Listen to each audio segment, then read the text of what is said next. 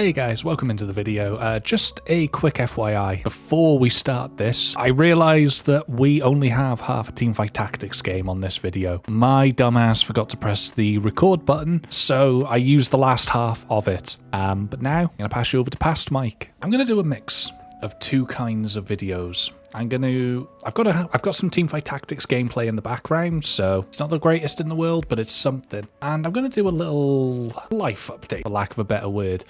Just about what I've been up to, what my partner and myself have been up to during isolation, and how we've kept ourselves preoccupied and not killed each other in the almost month. So, a little bit of backstory is that 3 years ago, about 3.5 years ago now, 17th of February 2017, we bought our house. We moved in and it had a lot of problems. Not as many as most people, which is nice. We were quite lucky that most, everything structure-wise was very nice and sound. But we had a lot of botch jobs in the house. And one of the jobs was a decking in the back garden. I might have some pictures of it.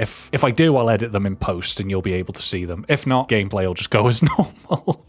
But yeah, we had this really nice decking and we were super happy when we bought the house because we got a nice big garden for our dog. And we thought, in the summers, we could have some nice family barbecues, have friends over, and the decking would be a nice place for everybody to chill and just relax. And then we moved in and figured out that the top layer was all scaffolding planks and everything below it was absolutely rotten. Like, to the point you stepped on it and it broke immediately. Which happened. My mother-in-law fell pretty much straight through it. I might actually have a picture of the hole. But, yeah, our job, our next week job, as we call it, so next week, has been to rip that decking up and change it around, put something different there. So, still have a decking area, still have a nice little social area when people come round, but not rotten and people not falling through it, ideally. Now, we have put it off for many, many years. But with isolation, the jobs that you'll always do next week, it's kind of the best time to do them. So we've ripped up all the sides of it. We've took all the scaffolding planks off of it. And now all we pretty much have to do is rip the rotten wood that's there. So take all that rotten wood up and now all we pretty much have to do is rip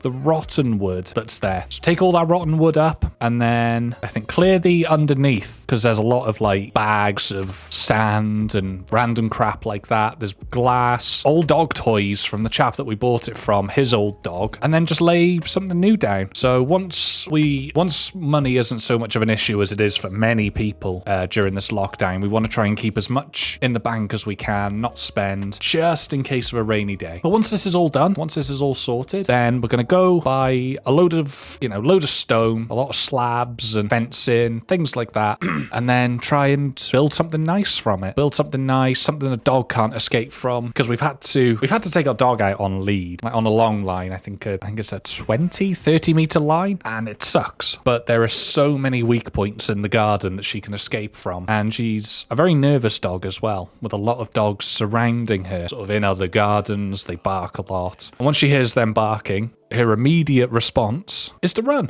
And she knows where all the escape routes are. She's not forgotten them from every time that she's ran through. She always ends up in next door's garden. She'll have a poo, and then we have to go around, open his gate, let ourselves in, and claim her back. Fortunately, he is the sweetest man in the world. Like, he is, honestly, you could not ask for a nicer neighbor than ours. He clocked us both walking down the alleyway one day with the dog, and kind of went in a little hole in the gap. He went through a little hole in the alleyway just so we could pass through without causing too much interruption. And the dog kind of stopped and wanted some attention from him, so he asked if he could, and we let him because he's lovely. And all he said was, "Oh, you're the dog that's fertilizing my garden." And we were mortified. So from that point onwards, and for her own safety as well, that she doesn't run out onto the road, we keep her on a long line. She can still have a little bit of freedom in the garden, but at the same time we don't have to worry that she's just gonna bolt without us knowing. And my partner has been keeping herself very busy.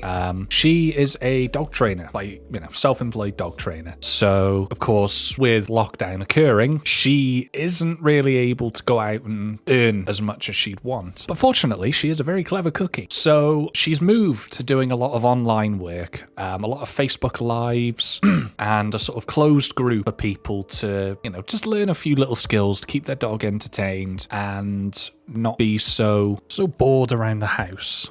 And just to make sure that they are getting some sort of desire fulfilled during this time. Another one of the major things that I've been managing to stick to quite well, not perfectly, but quite well, is a little bit of an exercise regime. In the mornings, I try and just do a little bit of tiny weight work, a little bit of crunches, and some push-ups. I realised I'm getting a little bit chunky. Going back to my point, too much fast food, too many quick meals, too much salt. I have been putting the pounds on a lot lately. And it's just nice. I can see a little bit, not so much in this kind of thing, but I can see my shoulder, not so much the arms, because they've always been quite small and gangly anyway. But, things like I've got quite big legs, seeing the muscle come back in those. But it's just nice to feel like I'm doing something, and there's no excuse not to now. Like, my biggest thing to myself, and the biggest mindset I'm putting myself into, is that I have no excuses right now. There is no reason I cannot do any of the things that I said I couldn't do during normal life. But one of the main things during lockdown that's really I'm finding very, very hard to deal with is the fact that my parents live just round the corner from my house. I can't see them, and that sucks a little bit. Usually we would go every Friday night, and we'd have dinner with them in the evenings after work and just chill. It was a nice night. I got to catch up with my parents. We all talked about our weeks, watched telly, and we don't get to do that for the moment.